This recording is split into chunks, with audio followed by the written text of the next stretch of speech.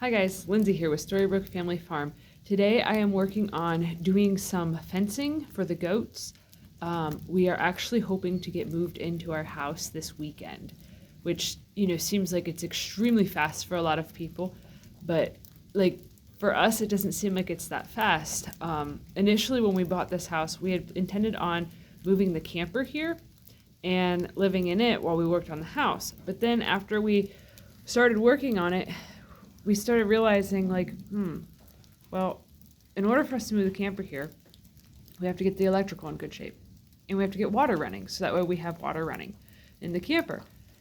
And then we got to thinking, well, shoot, if we already have electric on in the house and already have running water, we're going to be using the bathroom inside to take showers. We're not going to shower in the teeny tiny little camper shower. We're going to shower in a full-size shower. We're going to use everything in the house. As soon as we get the bedrooms painted, we're going to start sleeping in them. So we realized that it really didn't make any sense to hire somebody to move our massive 34-foot long camper out here, which would probably cost somewhere around $100 or something like that. But even if it was $50, the reality of it is as soon as we got it here, we might spend 1 night, 2 nights in it, and then go, nope, let's just move everything inside. Because we want to be out of the camper. We've lived in 270 square feet for over 11 months now. April 23rd will make it a year that we've lived in the camper. We have never had running water inside of the camper, partially because we kept thinking that living in the camper would be a very temporary living situation. So it didn't seem like it was all that important. Well, then in the midsummer, we decided, okay, let's get some running water in here. Well, when we tried to do all of that, we found out that the water pump wasn't any good. So we got a new water pump, and then it started getting colder out before we even had a chance to install it because we were so busy. Then I was like, well, this seems kind of dumb to try to, get it so that way we have water in here when all winter long we're going to struggle to keep the pipes from freezing, and it's going to be a huge pain to have to use the hose to fill up the small tank. Everything about it seemed like it was a huge hassle. So for the last year, we have been living basically like we've been camping, really roughing it, except for we're not in a tent.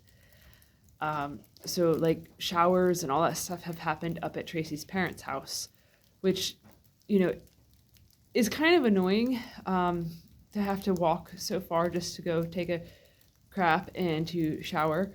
But, you get used to it after a while.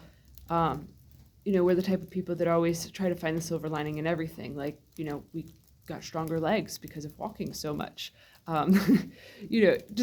That's just the type of people that we are. We just sort of go, okay, well, we'll just keep going. All the while, we kept hoping and praying that, we'd somehow find our place. We did not ever anticipate that we would be living in a camper for as long as we did. Had we known that at the beginning, we probably never would have done this crazy idea. But anyways, it's a good thing we didn't, because otherwise we wouldn't be here. But anyways, so when we thought about it, about what we needed to be able to be comfortable here, and to be able to move even the camper here, it was always just electricity and water. So that was our plan, was to just hurry up and get the electricity and the water going, and then get some fencing thrown up, and then move the camper here. Then the forecast started making it so there was a ton of rain. So the ton of rain made it so I could only work sometimes on the animal area, and I had to keep working on the house. So with that being said, within the first couple days of us having the keys, I got the bedrooms pretty much ready to move into. So then that got us really excited, and then we kind of realized, okay, let's just not even bother with moving the camper here.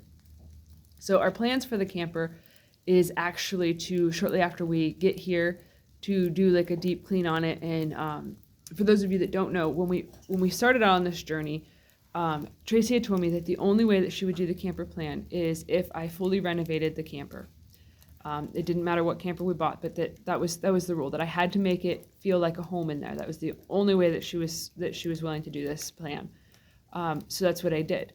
So when we got the camper onto my in-laws' land, I spent a few weeks ripping everything out, all the old carpeting and all the old furniture and that sort of thing that campers come standard with.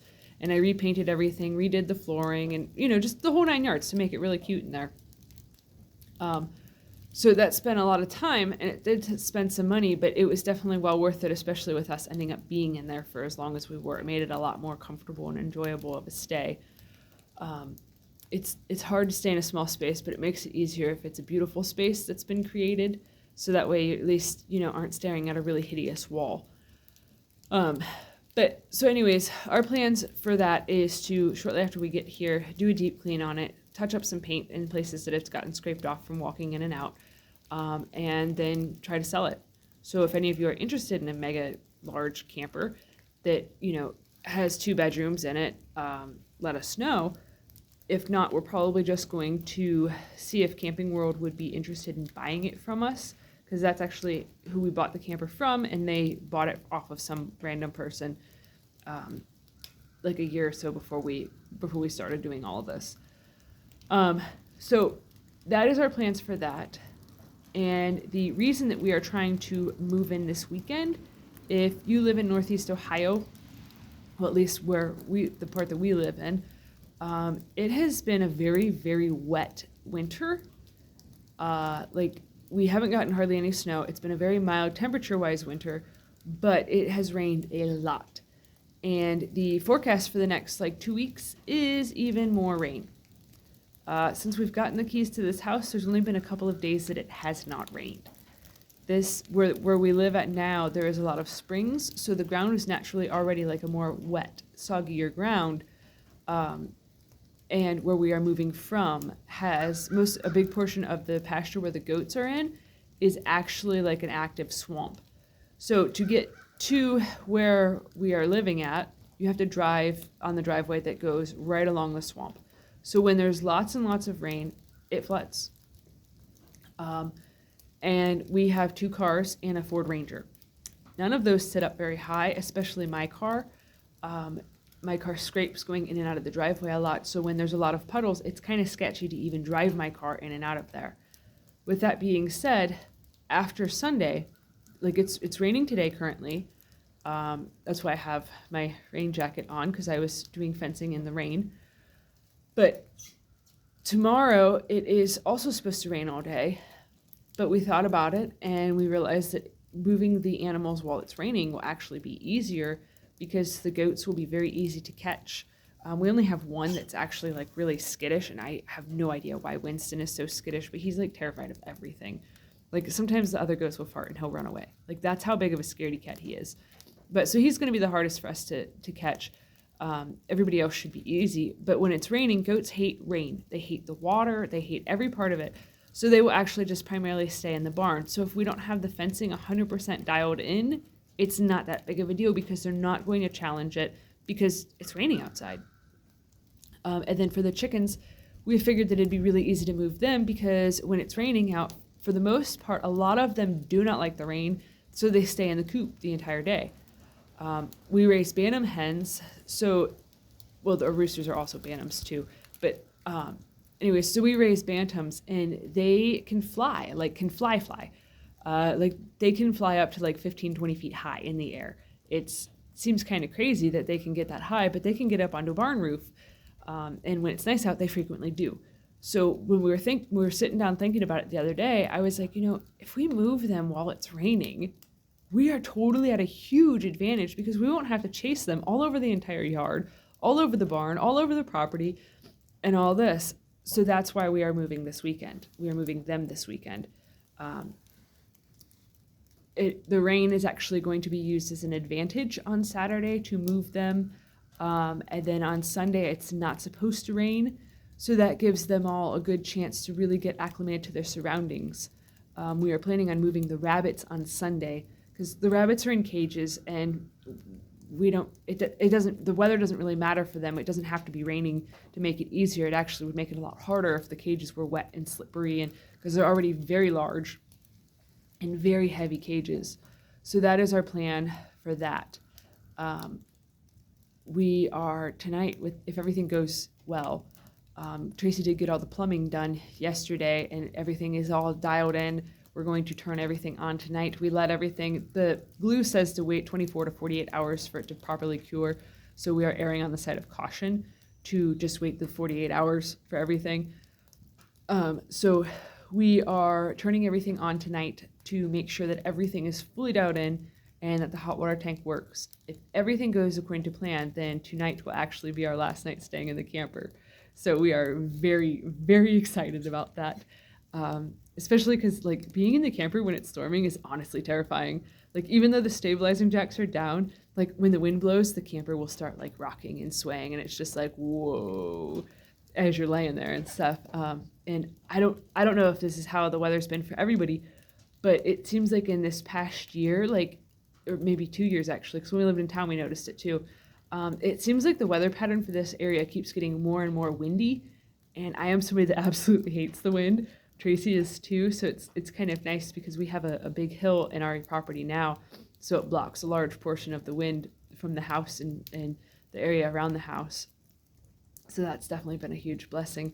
But yeah, being somebody that doesn't like the wind and living in a camper in a climate that has become extremely windy in a valley, on top of all of that, it has been rough to sleep for a lot of times. So needless to say, we are both very excited to, instead of being roughing it in a camper, to be roughing it in our own home. This has been a dream of ours for the last like 3.5 years, maybe close to 4 years, was to be able to somehow, some way get completely out of debt and own a piece of property with like a little bit of land with it instead of being, cramped in just over 1/4 of an acre. So we pretty much are like, we're willing to do anything for this dream. Like, we've already done a lot of crazy stuff, and moving in when things are not 100% done really doesn't seem like it's all that crazy anymore. Actually, nothing kind of scares us anymore. Nothing really seems crazy, because we've done walk through everything that scared the living crap out of us.